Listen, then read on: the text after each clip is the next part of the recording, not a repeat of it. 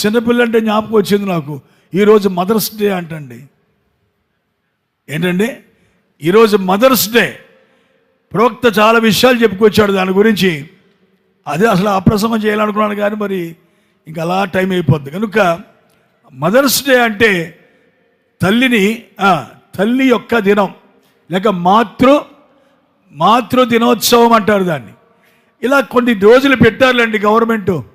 తండ్రి రోజు, అమ్మ రోజు, ఇలా కొన్ని పెట్టుకుంటూ వచ్చారు. నేనేమంటున్నానంటే ఎవరు తండ్రో వాళ్ళని గౌరవించండి, ఎవరు తల్లో వాడిని గౌరవించండి. తల్లిని ఆ యొక్క మాతృ దినోత్సవం రోజున మాత్రమే మనకు అసలు ఆ రోజులు కూడా జ్ఞాపకం. ఫారెన్లో అయితే బాగా జ్ఞాపకం ఉంటాయి. బొకే పట్టుకెళ్ళి ఇస్తూ ఉంటారు వాళ్ళకి, తల్లికి బొకే ఇస్తూ ఉంటారు, గౌరవిస్తుంటారు. దానికోసమే ప్రవక్త అంటాడు ఒక మాట, ఏమని సంవత్సరానికి ఒకసారి మీరు బొకేలు ఇచ్చి పుష్పగుచ్చాలు ఇచ్చి అభినందించడం కాదు, ప్రతి దినము తల్లిని గౌరవించండి అన్నాడు. దేవుని స్తోత్రం కలుగును గాక. తల్లిని గౌరవించడం చాలా మంచి కార్యం. అది ఈ రోజుల్లో తల్లిదండ్రులను ఎవ్వరు కూడా పట్టించుకోవట్లేదండి. తల్లుల మాట వినటం లేదు. తల్లులపై తిరగబడే కొడుకులు ఉన్నారు, తల్లుల్ని తన్నేవాళ్ళు ఉన్నారు, తల్లుల్ని అగౌరవంగా మాట్లాడే వాళ్ళు ఉన్నారు. నేను చెప్తున్నాను, పిల్లలారా, నీ తల్లి కనకుండా నువ్వు రాలే, నీ తండ్రి బీజము లేకుండా నువ్వు రాలే. వారు చాలా నీకు ముఖ్యమైన వాళ్ళు. ఒకవేళ నీకన్నా ఒకవేళ మంచోళ్ళు కాదేమో, అయినా నీకు జన్మనిచ్చినందుకు నిశ్చయంగా వారిని ఎప్పుడు గౌరవిస్తానే ఉండాలి. వృద్ధాప్యము దాకా వారిని చూచుట నీ బాధ్యత.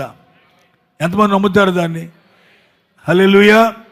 సాధారణంగా అత్తగారులు అంటే ఒకలా, అమ్మగారు అంటే ఒకలా చూస్తారు కదండి. ఒక సహోదరు అత్తగారింటికి వెళ్ళిన తర్వాత అత్త నీకు అమ్మ అయిపోవాలి. అవుతుందా? అవుతుంది అంటారా? అలా గనక అయితే సూర్యుడు ఈ పక్క వచ్చేస్తాడు.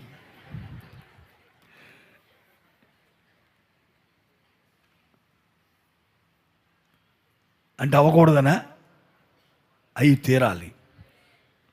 మనం క్రైస్తవులమైతే, నిజంగా దేవుని బిడ్డలమైతే తల్లుల్ని గౌరవించాలి, అత్తల్ని గౌరవించాలి. అందుకని అత్తమ్మ అంటారు. నేను అంటున్నాను, ఇక్కడి నుంచి పెళ్ళైన వాళ్ళు అందరూ అత్తమ్మ అనే మాట మానేసి అమ్మ అని పిలవండి. అర్థమైందండి?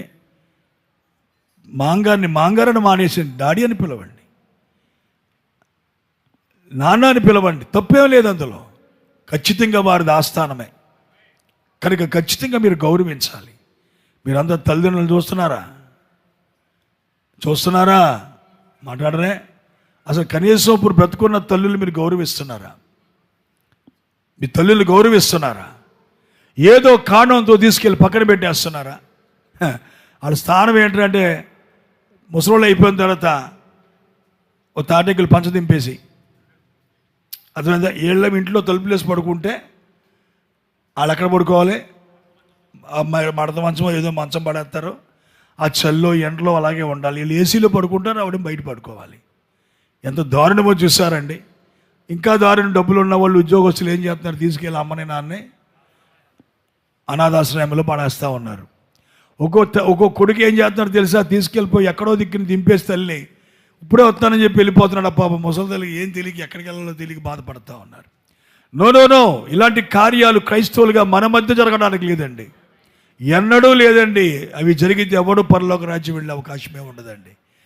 తల్లులు గౌరవించండి, అది వాగ్దానంతో కూడిన ఆజ్ఞ అన్నాడు ఆయన. దేవుని స్తోత్రం.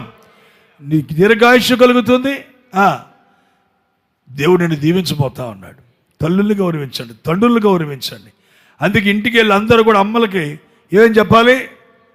అమ్మ హ్యాపీ మదర్స్ డే అని చెప్పి అమ్మని కౌగిలించుకొని ముద్దు పెట్టుకొని ప్రేమను చూపించండి. తల్లుల్ని ద్వేషించే కుమార్తెలు ఉన్నారు, తల్లుల్ని ద్వేషించే. ఎందుకంటే కూతురు చేసే పనులు, కొడుకు చేసే పనులు తండ్రి కన్నా ఎక్కువగా ఎవరికి తెలుస్తాయి? తల్లికే తెలుస్తూ ఉంటాయి. అడుగుతూ ఉంటుంది, రే ఎక్కడికి వెళ్ళావురా అమ్మ, ఏం చేస్తున్నావు, ఎవరితో మాట్లాడుతున్నావు, ఏంటి ఫోన్ అంతసేపు అంటే చిరాకు పడిపోతూ ఉంటారు తల్లుల మీద. పనికి మాలోళ్ళారా, అలా అడిగే తల్లి ఉన్నంతకాలం నువ్వు ధన్యురాలివి, ధన్యుడు. ముసలోళ్ళు ఇంట్లో ఉన్నారంటే నీకు దీవెనా. కనబడని దేవుడు లాంటి వాళ్ళు. దేవుని స్తోత్రం. ఆ తర్వాత చూద్దామనుకుంటే వాళ్ళు గతించిపోతే నీకు ఎవరు ఉండరు ఇంట్లో. అర్థమైందండి? తల్లులు తండ్రులు ఉన్నటువంటి ఆ లెక్క ఇంట్లో ఎవరికి ఉండదండి. ఆ పెద్దోళ్ళు ఉంటే చాలా గొప్ప ధైర్యంగా ఉంటుందండి. అనుభవించండి అది. అలాంటి పరిస్థితుల్ని, అనుభవాలను కలిగి ఉండండి. తల్లుల్ని ద్వేషించకండి, తల్లుల్ని తిట్టకండి. ఆమె ప్రార్థన వల్ల ఎలా ఉన్నావు ఈరోజు? ఈ వయసులో ఇక్కడికి వచ్చావంటే ఆమె ప్రార్థనే. కనుక తల్లిని గౌరవించడం నేర్చుకోండి అందరూ కూడా. దేవుడు మిమ్మల్ని దీవించును గాక. హల్లెలూయా.